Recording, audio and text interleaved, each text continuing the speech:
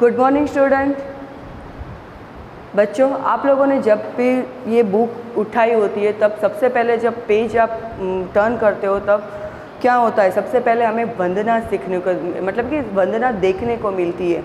हर एक संस्कृत की हर एक जो बुक होती है उसमें सबसे पहले वंदना की गई होती है, यानी कि जब भी हम संस्कृत का चैप्टर पढ़ने बैठे तो हमें पहले वंदना करनी चाहिए। तो चलो आज हम साथ में मिलकर आज वंदना करते हैं। या देवी सर्वभूतेषु विद्यारूपेण संस्थिता नमस्तस्ते नमस्तस्ते नमस्तस्ते नमो नमः। तो बच्चों, इसी तरह से अब हम जब भी संस्कृत का पठन करेंगे, यानी कि जब भी हम संस्कृत स्टडी करेंगे तब हम एक श्लोक तो ज़रूर ही बोलेंगे, ताकि आपको श्लोक भी याद रह जाएंगे और हमारा मन भी प्रसन्न हो जाएगा। तो इसी तरह से उन्होंने दूसरा जो चैप्टर था वो चित्रपदानी था, जिसके अंदर बहुत सारे ऐसे वर्ड थे जो आपने इंग्लिश में अभी तक सुने होंगे या गुजराती हिंदी में सुने होंगे। तो उसी वर्ड को आप संस्कृत में किस तरह से बोल सकते हो, तो वो आपको यहाँ पे दिखाई गए थे। जैसे कि आप लोगों ने अग्निपेटिका वर्ड, अग्निपेटिका संस्कृत का जो शब्द है अग्निपेटिका,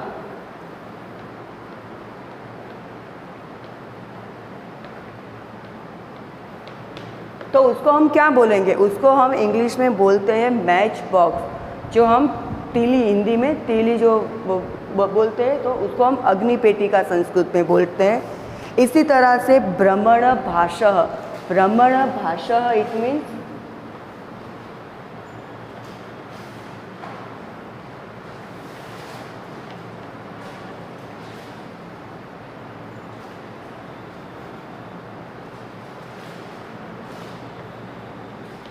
भ्रमण भाषा इट मीन्स आप जो यूज़ हर रोज़ यूज़ करते हैं, जैसे कि मोबाइल, तो ये मोबाइल होता है उसको आप भ्रमण भाषा भी कह सकते हो। अगर किसी को पता नहीं होगा और आप उसको बोलोगे कि तुम मुझे अपना भ्रमण भाषा दो, तो वो सामने वाला नहीं समझेगा, लेकिन उसका मीनिंग क्या होता है, तो मोबाइल होता है।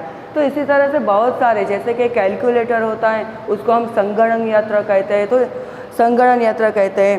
फिर पत्र पेटिका, पत्र पेटिका इट मीन्स पोस्ट बॉक्स जो होता है हमारा, वो उसको हम पत्र पेटिका कहते हैं। तो इसी तरह से बहुत सारे वर्ड जो आप लोगों ने 6 में भी सीख लिए और 7th में भी बहुत सारे सीख लिए। तो आज मैं आप लोगों को उससे एक और चैप्टर सुनाने जा रही हूँ जिसका नाम है मेघोवर्षति।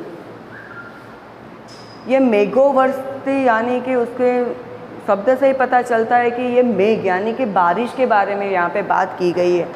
आप सब लोग जानते हो कि हमारा जो भारत देश है वो कृषि प्रधान देश है, और इसके और इंडिया के अंदर सबसे ज़्यादा खेती गांव में होती रहती है, और जो इसके ऊपर ही हम लोग पलते हैं, यानी कि उसके अंदर जो अनाज उगता है और हमें अनाज की ज़रूरत सबसे ज़्यादा रहती है। तो आज ये खेती के बारे में, यानी कि खेती का महत्व और खेती के लिए क्या महत्व की चीज़ होती है उसके बारे में सुनेंगे। सबसे पहले मैं उसको रीड करूँगी और फिर उसका ट्रांसलेशन दिखाऊंगी, और साथ में आपको वर्ड भी यहाँ पे लिख के दिखाऊंगी। जैसे कि पहले स्टार्टिंग शब्द है कि मेघोवर्षति। मेघो यानी कि बारिश, यानी कि जो रेनिंग सीजन है उसके बारे में यहाँ पे बात की है।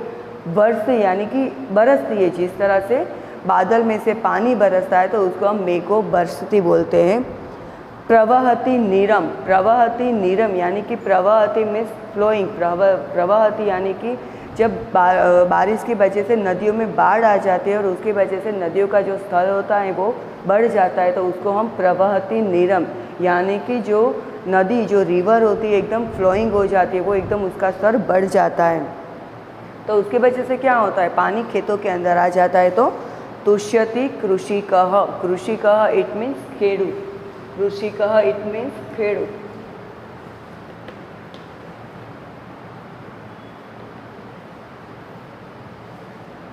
और तृषितः यानी कि संतोष होना। तो जब पानी ज़्यादा आता है तो उसकी वजह से जो खेडूत होते हैं उनको बहुत ही खुशी मिलती है। हम लोग भी इतने खुश हो जाते हैं, तो सोचो कि खेडूत कितने खुश होते होंगे। तो पानी आने से खेडूत खुश हो जाते हैं, और वो कहाँ पे जाते हैं, गच्छति गोष्ठम, गोष्ठम इट मीन्स कैटल यार्ड, वो गोष्ठम यानी कि कैटल यार्ड।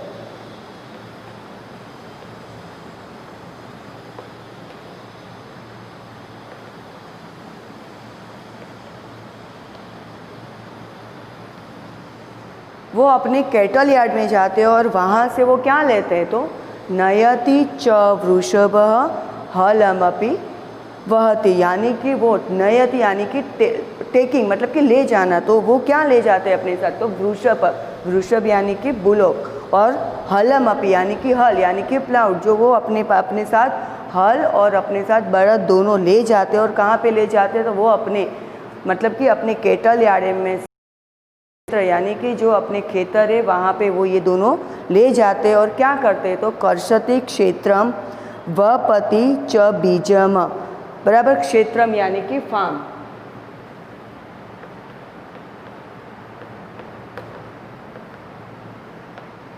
तो वो ऐसे अपने साथ बड़द और हल को लेकर वो कहाँ पे जाता है, तो वो अपने फार्म में जाता है। और वहाँ पे जाकर क्या करता है, तो वहाँ पर जाकर वो अपने खेतर में चाशनी करता है और उसके साथ वो वहाँ पे बीज बोता है और उसके बाद अपने पाक की रखवाली करता है। और जब पाक एकदम ग्रो हो जाता है अपने खेतर के अंदर, जब पाक लहराने लगता है, तो खेडूत क्या करता है, तो वो खेडूत एकदम खुश हो जाता है और वो रोहति सस्यम फलति प्रकामम, यानी कि वो अपने बीज को काटता है और उसको बाज़ार में जाके बेचता है, यानी कि उसके पास एकदम पैसे मतलब कि बीज बेचने से उसके पास पैसे आ जाते हैं, मतलब कि वो अपने आप को आनंद अलग ही अनुभूति करता है, यानी कि वो फलमपि प्रकामम, वो खुश हो जाता है। भवति समृद्धि मनुकुल वृद्धि, तो वो इंसान जिसके पास, आपको पता है कि जिसके पास पैसा नहीं होता और उसके पास जब पैसा आ जाता है वो एकदम खुश हो जाता है। तो एक खेडूत के लिए पैसे का महत्व नहीं होता है, उसके पास उसका महत्व क्या होता है, तो खेतर के अंदर यानी कि अपने खेतर के अंदर जो बीज उसने जितने बोए थे ना, उसको कहीं ज़्यादा यानी कि उसको डबल उसको मिलते हैं। अगर वो पाक अच्छा हुआ, खेती अगर बारिश अच्छी हुई तो खेती अच्छी होगी, और खेती अच्छी होगी तो उसका माल ज़्यादा, उसकी क्वांटिटी और क्वालिटी दोनों उसको अच्छी मिलेगी, और उसको जब वो बेचने जाएगा तो उसका दाम भी वो अच्छे मिलेंगे। यानी कि दूसरी बार जब रेनिंग सीजन आएगी, दूसरी बार जब बारिश आएगी, तो वो दूसरी बार वो वहाँ पे खेतों में जाकर पाक बोएगा और फिर वो उसको वापस अच्छी आमदनी मिलेगी। तो इसी तरह से उसका रोटेशन चला आता है। तो इस तरह से मेघ के आने से, बारिश के आने से एक खेडूत के जीवन में क्या क्या बदलाव आता है, इसके बारे में आप लोगों ने आज जाना है। तो आप इसको वापस लर्न करके और उसका ट्रांसलेशन कर सकते हो। Thank you.